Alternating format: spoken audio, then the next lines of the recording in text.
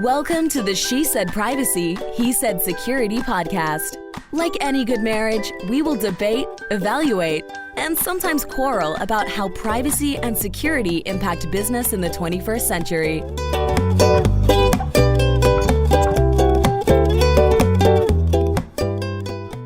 Hi, Justin Daniels here. I am a cybersecurity subject matter expert and business attorney. I am the cyber quarterback helping clients design and implement cyber plans. I also help them manage and recover from data breaches. I also provide cyber business consulting services to companies. Today, I have John Kokorin with me from Rise 25. We've interviewed hundreds of experts and CEOs, and today we have flipped the script and he will be interviewing me. John. All right, Justin, thanks for having me. And this is going to be a fascinating topic. You have been involved with this really interesting project, this smart city of the future that is developing outside of Atlanta. And they've developed this smart city lab where they're testing these ideas. And if you can picture it, there are autonomous vehicles driving around, there are autonomous scooters driving around, autonomous drones, and all these different cybersecurity and privacy issues that are coming up.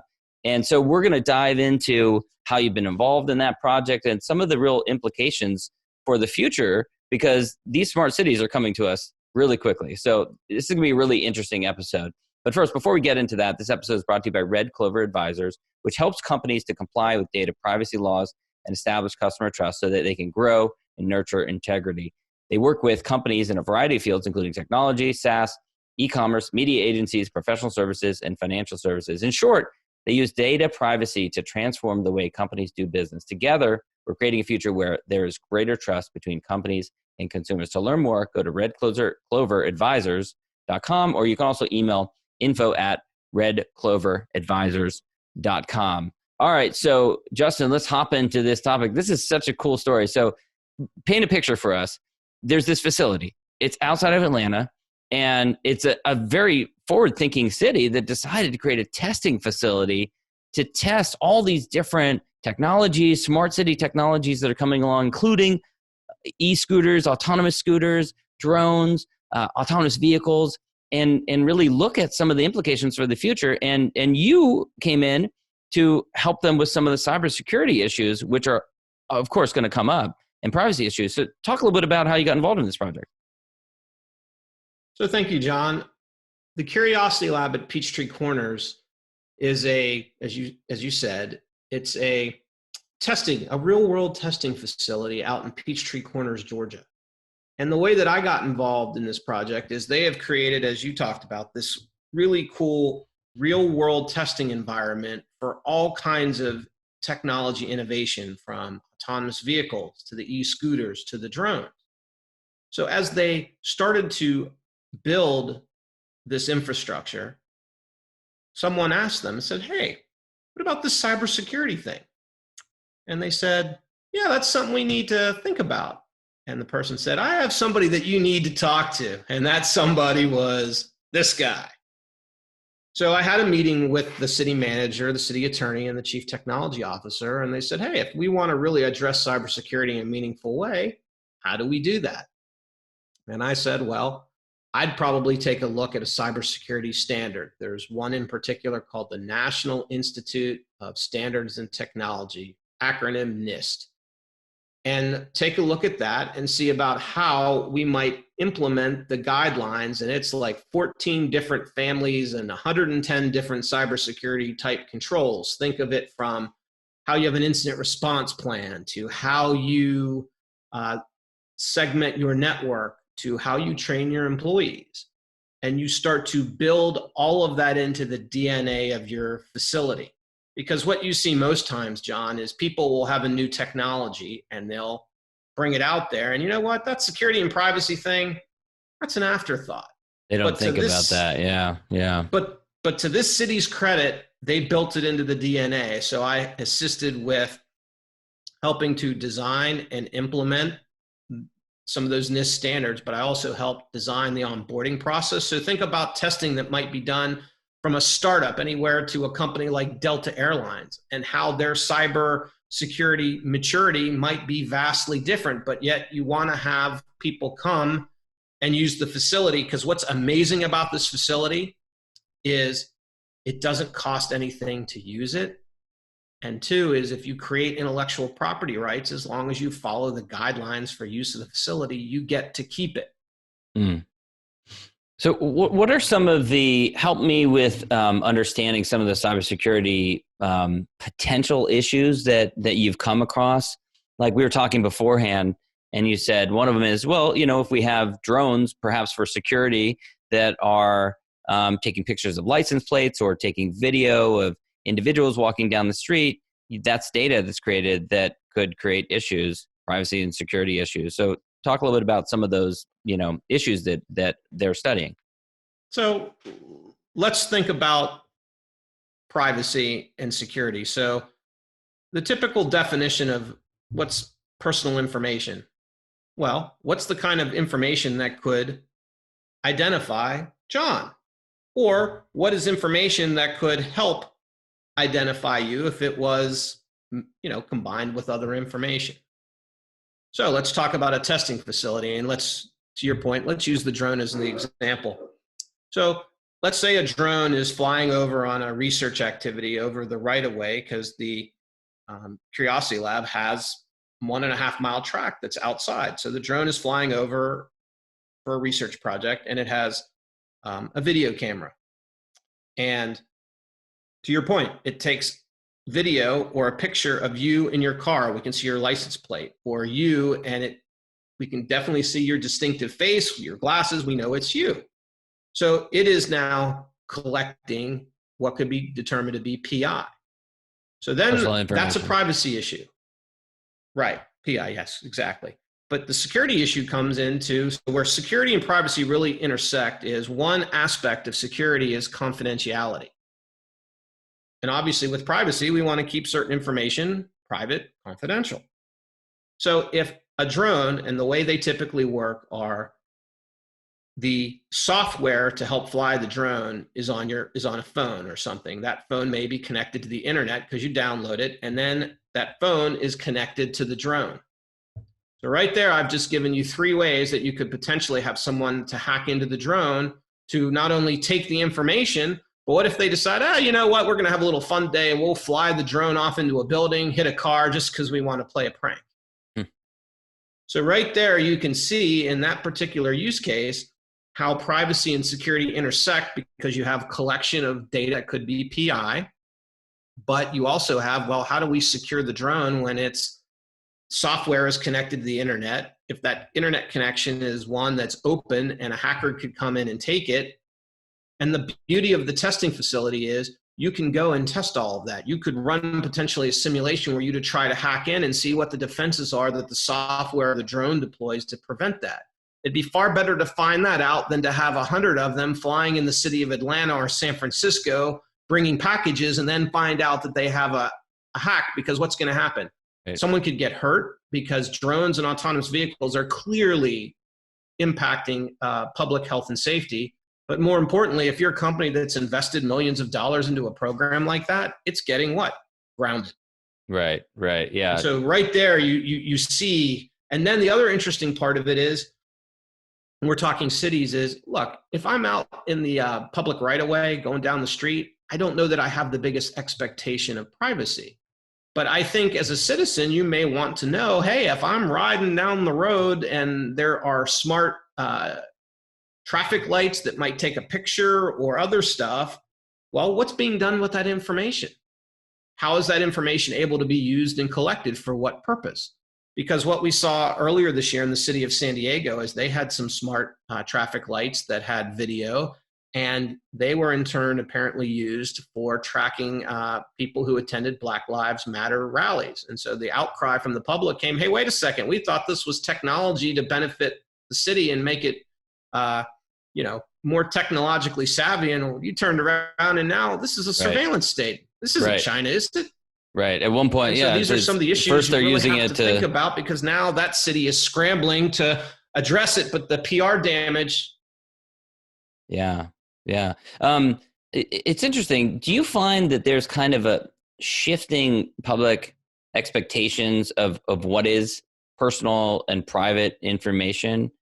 Because it seems like, on the one hand, you can say, or people say that, if you're out in public, then it's not personal. It's you have an expectation that, revealing yourself or your face on the street. If the police officer walks down the street, they see your face, they know that you're wanted. They may arrest you, right? Because you're in public, you're not in private. But it seems like, there's been a number of outcries in recent years where the public has kind of had shifting expectations, which is brought on by these new technologies. So do you find that because of these new technologies that the public's expectations of what is personal information is changing? I think the real issue you have is a lot of times the data breaches are bringing to the fore, and now movies or documentaries like The Social Dilemma and The Great Hack, is people are starting to wake up to the fact that when you access Facebook for free, you're the product. There's a reason why companies like Google and Facebook are the most profitable companies in human history. One word: data. Data is now probably the most important resource that a company or a business has. And so how they get their data has not been clear to the public because that impacts their business model. And now I think that certain of these things are being uncovered because any technology can be used for both good and not so good. And we're starting to see more examples of the not so good. And so now individuals and people in government are starting to say, hey, wait a second, we need to think about this differently. I mean, you've just seen the Department of Justice file a lawsuit against Google. And I think you may start to see more of that because I think as we uncover more of what's going on, public attitudes are shifting because now you're starting to see, wow, they're really using this data not only to target me, but now you have misinformation. I mean, you and I could have an entire conversation separate from this about the impact of social media on the election and our views and how it's tearing us apart. Because what's that all about? Harvesting data so that if we know that there's 40,000 undecideds and John is one of them, well, what kind of ads, if we're representing a Democratic or a Republican party and information, do we want to target at John? Because they've built up this profile of everything you've ever done on Facebook to really target what kind of information may influence you. And so if I'm a citizen or I'm the government, I may start to say, hey, we really need to be cognizant of the significant impact of this data that's used and collected really without our awareness of it. Now, it seems like with these new technologies coming out, everything from, Uber to, you mentioned drones, things like that, with, additional video cameras, it's like layers upon layers of technology that's creating new areas where cybersecurity issues are developing. So taking us back to that testing lab, have there been unexpected or surprise areas that have developed where there's been cybersecurity issues that weren't initially anticipated? Well, I guess the best way I can answer that right now, because we're still kind of in our, fledgling state a little bit, is to give you a sense for the privacy and security issues.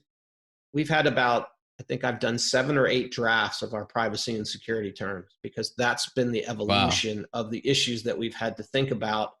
Because you get into issues like, we'd love to create a huge data lake for artificial intelligence purposes, because that data lake is created off of, for AI to work, you have to have it review large amounts of data to identify, implications and whatnot that we might not otherwise see. But then the question becomes, well, how do you collect that data if you're going to do it from a public right of way and be transparent with your citizens as to why it's being collected, what it's being used for? Like, for example, if you wanted to leave video cameras on all the time to collect that data, well, do you have to then create technology that constantly blurs the license plate numbers and people's faces? And then how long does that data, how long do you keep that data? Because you can imagine if you have a video camera going 24/7, 365, think of the amount of data that you have. Where do you store it? Because the thing you have to start thinking through nowadays, John, is you have to make a decision. What am I collecting and why? Because depending on the data, it could be a great asset, but now it's also potentially a great liability. Right. And it's so hard to anticipate that. It seems like it could be a great liability 5 years from now. We just don't realize that there's a way that it could be used for not good. And I think you've identified, when I go and speak at industry conferences, which is my favorite place to go because I'm the security expert amongst business decision makers. I remember listening to an entire presentation by a CFO about AI and how it was helping the business processes of their organization. I didn't hear one word about any concerns about privacy or security or how that technology could be used to undermine the organization. They exclusively focused on the benefit without thinking about how to manage the risk. And I think that's part of the problem. In my view, there is a big gap between what CEOs say and what they do when it comes to cybersecurity. I don't think a CEO today can get by and not say to the shareholders or publicly, yeah, we care about cybersecurity. But what you don't really see behind the scenes, well, how much budget's being allocated? What are they actually doing? That's a little bit harder to say. And I think that's where you have a gap, which causes the problems that address your question. Is it hard for you to communicate that and persuade when you're talking to CEOs or whole teams or whole companies that are focused on the excitement, focused on the potential? Is it hard to convince them of the importance of, as you said, allocating budget, thinking about these things? Is that a difficult, battle at times for you? So I think I'm so glad you asked that question. So I'm going to answer it in a couple parts. And you know what? You and I are doing this call today on Zoom. And Zoom, that company has gone through the roof this year. Right. And so, but at the same time, they've also been sued under California's Consumer Privacy Act because they had some security and privacy hiccups this year. Mm. And now they're bringing in, end-to-end encryption. We're going to do all this stuff. But to me, it's another example of a startup that goes gangbusters and security and privacy were an afterthought. And then when the stuff hits the fan, now they're bringing in the security and privacy experts. And so what I will say to you is, it is a very difficult conversation to have outside of the regulated industries with healthcare and financial services, because until you've had a breach or you've been ransomware, you think, oh, it won't happen to me. I need to focus on other things.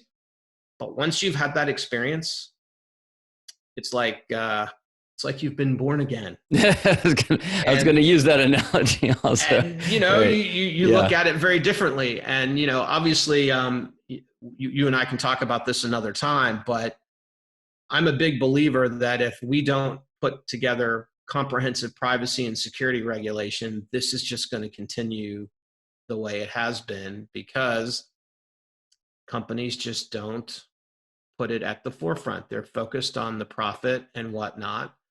And absent the regulation, it might be the 10th or 12th thing that they're focused on when you really, tear it away and look where the company wants to allocate resources and budget.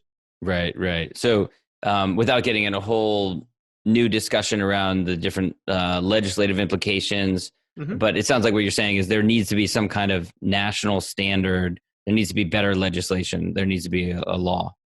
So think about this, John, right now. So when we look at the privacy and security laws in this country, there is no overarching privacy law or security law. California has passed the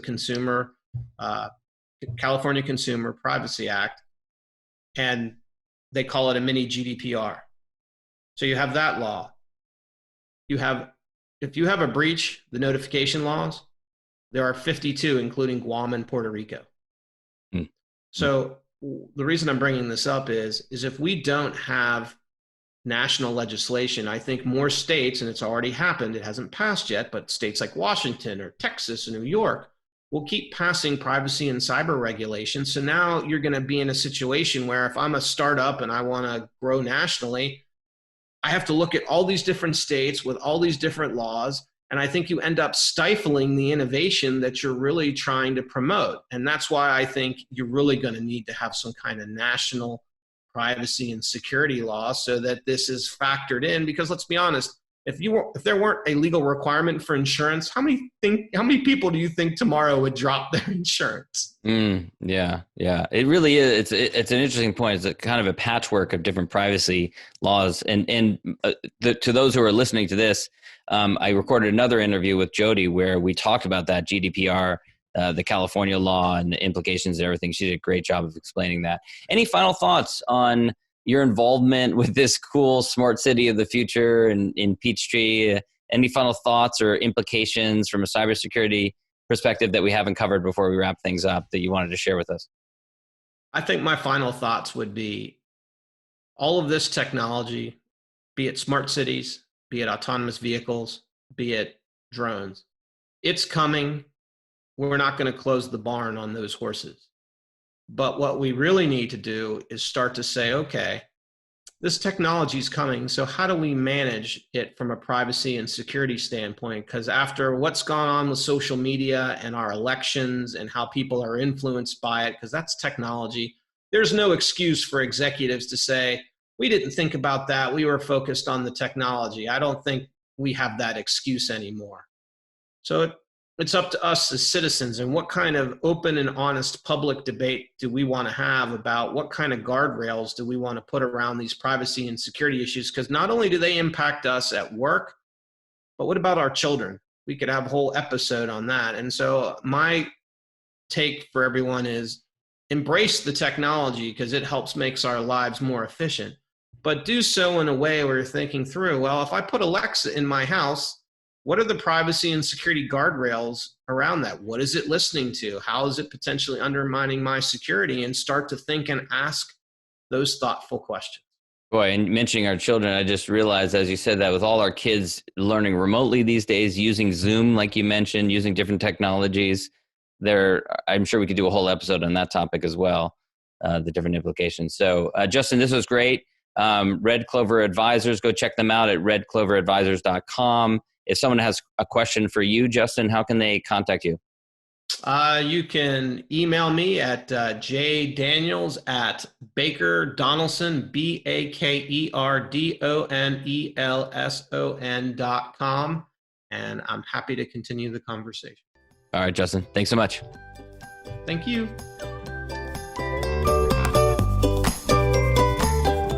Thanks for listening to the She Said Privacy, He Said Security podcast. If you haven't already, be sure to click subscribe to get future episodes and check us out on LinkedIn. See you next time.